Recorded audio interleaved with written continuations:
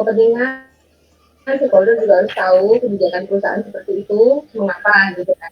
Terus ke depannya nggak punya tanggung jawab sosial untuk melatih gitu, untuk build up, melatih kemampuan dari tenaga lokal untuk bisa memenuhi kualifikasi yang mereka harapkan gitu. Jadi nanti ada sistem pelatihan yang dilaksanakan oleh perusahaan, pemanfaatan dana CSR misalnya seperti itu Bu. Begitu pendapat saya. Betul ya, biasanya memang ada tuntutan untuk perusahaan untuk melakukan CSR ya Bu ya. Jadi memang mau nggak mau sih memang untuk level tertentu memang kita sediakan yang benar kata Ibu tadi harus dilatih, yang bisa dilatih nanti ditempatkan di perusahaan, yaitu bagian dari CSR tersebut. Karena kan ya intinya kita buat usaha lah ya di daerah tersebut sehingga ada pengembangan daerah tersebut seperti itu. Ya itu berkaitan dengan kasus yang pertama tuh, karena mau nggak mau memang ya benar harus cari tetap keluar walaupun dengan harus adanya transparansi.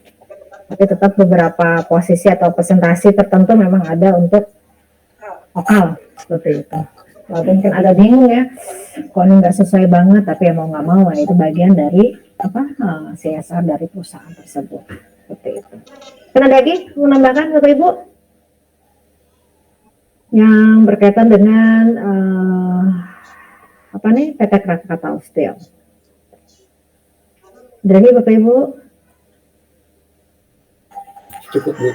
Cukup, berarti itu tadi berkaitan dengan Krakatau Steel. Yang kedua itu berkaitan dengan pemilihan CEO ya, pemilihan CEO dengan beberapa kandidat itu di perusahaan. Contohnya itu perusahaan di Amerika kalau nggak salah dari modulnya itu ya. Benar nggak Bapak Ibu? Baca nggak? Iya Bu, benar Bu. Nah apa sih isinya itu yang Bapak Ibu tulis tuh? Dari ada beberapa kandidat pemilihan CEO untuk penempatan pencariannya dari mereka tuh dari internal dan eksternal ya, dengan proses wawancara yang katanya sih di situ tuh kalau nggak salah baca beda-beda ya si prosesnya, sehingga menemukan yang cocok untuk yang sesuai dengan visi misi dari si perusahaan tersebut. Nah menurut Bapak Ibu tuh gimana pemilihan CEO-nya? Ada beberapa kandidat kan kalau nggak salah tuh. Boleh berpendapat lagi Bu?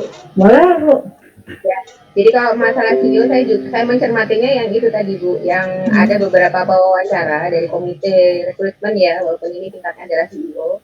Jadi komite rekrutmen itu ada beberapa tim yang itu mau wawancara satu persatu ya Bu. Jadi tidak misalnya katakanlah kandidat ada 6 gitu, lalu 3 diwawancara oleh tim A, 3 diwawancara oleh tim B, tidak seperti itu. Namun 6-6-nya diwawancara oleh seluruh tim yang sama ya. Ya, jadi kalau wawancara itu memang kental, subjektifnya sangat kental ya Bu. Tapi subjektif ketemu subjektif, itu ternyata hasilnya mirip, itu akhirnya jadi objektif gitu Bu. Misalnya subjektif ketemu subjektif menjadi objektif.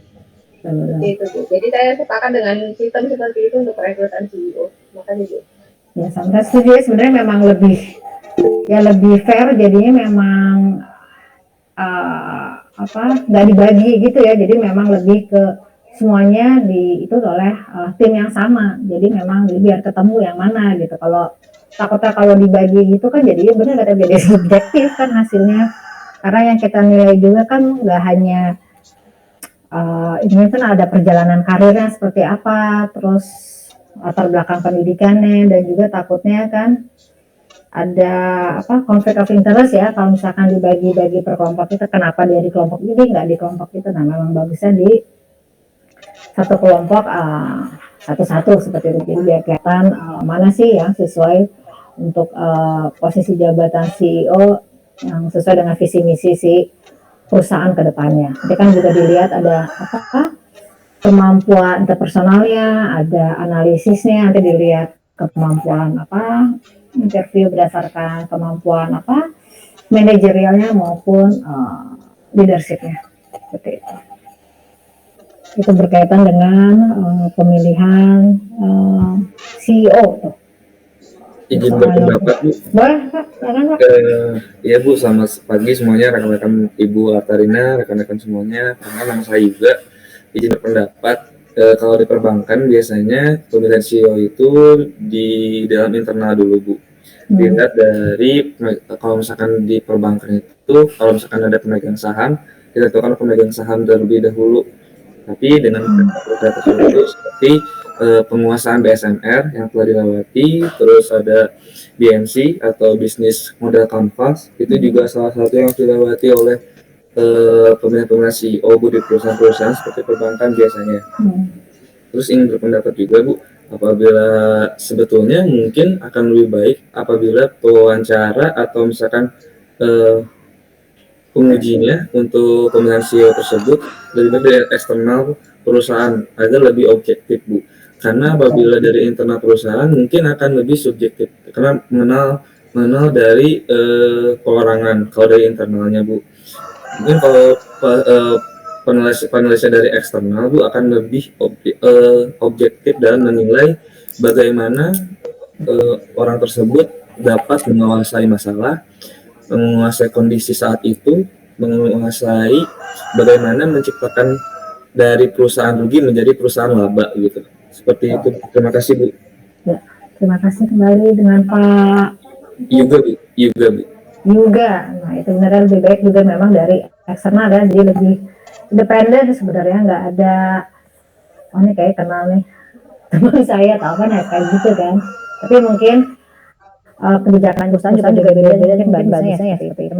Tergantung balik lagi ke kebijakan perusahaan masing-masing. Ada mungkin pemilihan CEO jadi penunjukan langsung dari pemegang saham terbesarnya aja ada, atau ada dari mungkin senioritas ada, atau dari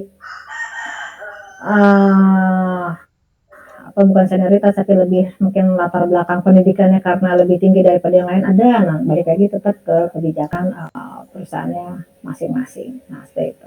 Oke, ada lagi yang mau sharing tentang pemilihan CEO? Ada? Nah berarti kalau berkaitan dengan soal yang ketiga sebenarnya lebih ke pengalaman Bapak Ibu ya, pengalaman training dan bagaimana sih evaluasi kalau Bapak Ibu menjadi seorang trainer. Training mana sih yang lebih sesuai, tapi mungkin juga disesuaikan juga dengan materi pelatihannya dan tujuan dari pelatihan kepada pegawai tersebut. Seperti itu.